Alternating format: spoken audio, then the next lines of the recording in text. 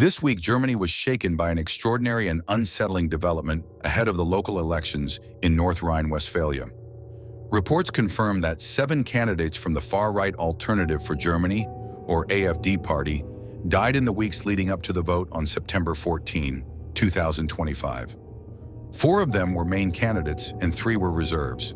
At first glance, this might sound like the opening of a political thriller, a coordinated purge on the eve of a critical election. And online, speculation erupted instantly. But according to German authorities, the police, the election commission, and the state interior ministry, there is no evidence of foul play. Every death, they say, can be attributed either to natural causes or to long-term health conditions. Some were sudden and unexpected. Others, less surprising, tied to candidates who had been ill for some time. Still, the number. 7 deaths, concentrated within just 2 weeks, and all from the same political party. It was enough to fuel rumors, outrage, and in some corners, conspiracy theories. The numbers and the names. The initial media coverage reported 4 deaths. Then came the news of 2 reserve candidates. And finally, another confirmation. Hans-Joachim Kind, one of the AfD's main candidates, had also passed away. In total, 7. Election officials were quick to stress that other parties also lost candidates during the same time frame, though the numbers were smaller and less concentrated. But for the AfD, the optics were explosive. Speculation and suspicion.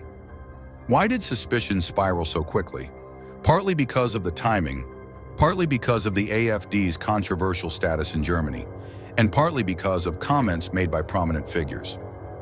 Alice Weidel, co-leader of the AfD, reposted a claim by economist Stefan Homburg, who suggested the deaths were statistically almost impossible. That remark gave oxygen to speculation that something larger was happening. On social media, conspiracy theories spread. Accusations of targeted assassinations, suggestions of deep state operations, even claims that the German government was using covert means to weaken the AfD before the vote. None of these claims have been backed by evidence. The AfD's own Kay Gottschalk, deputy leader in the state, publicly acknowledged the rumors but urged caution. He said plainly, "The information available does not support the theory of foul play." He called for proper investigations but warned against rushing into conspiracies. It was a rare moment of restraint from a party often willing to inflame public sentiment. Administrative consequences, beyond the speculation, the cluster of deaths created a very real, practical problem for Germany's electoral system. Ballots had already been printed. Postal voting documents had already gone out.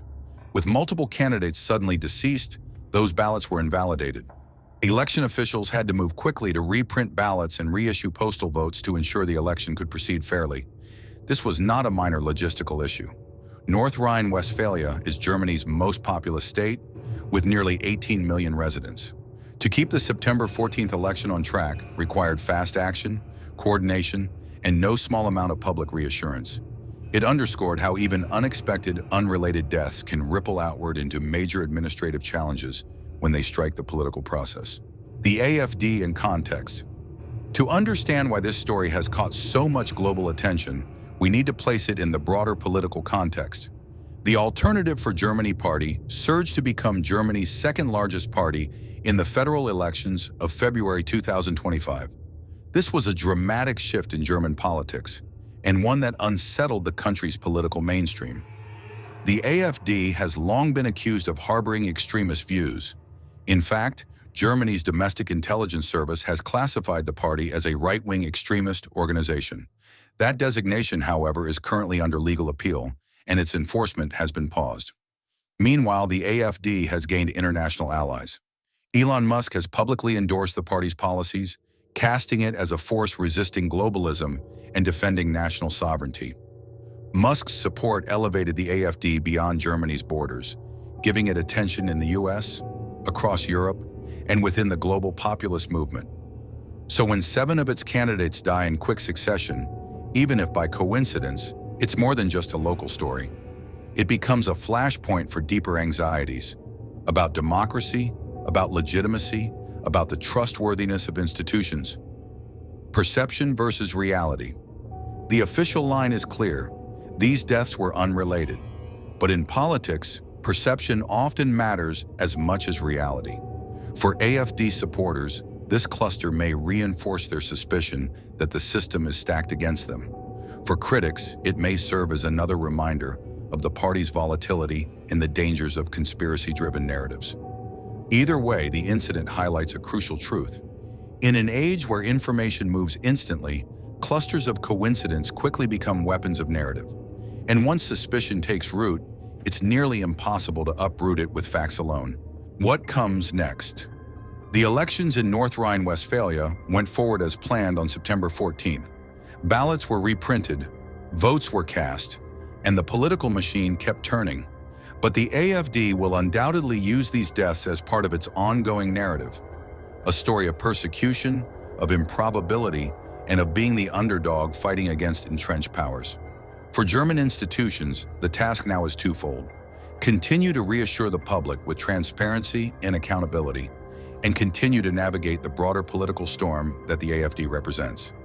Because whether by coincidence or by conspiracy, the deaths of 7 candidates in a single election cycle will not be forgotten.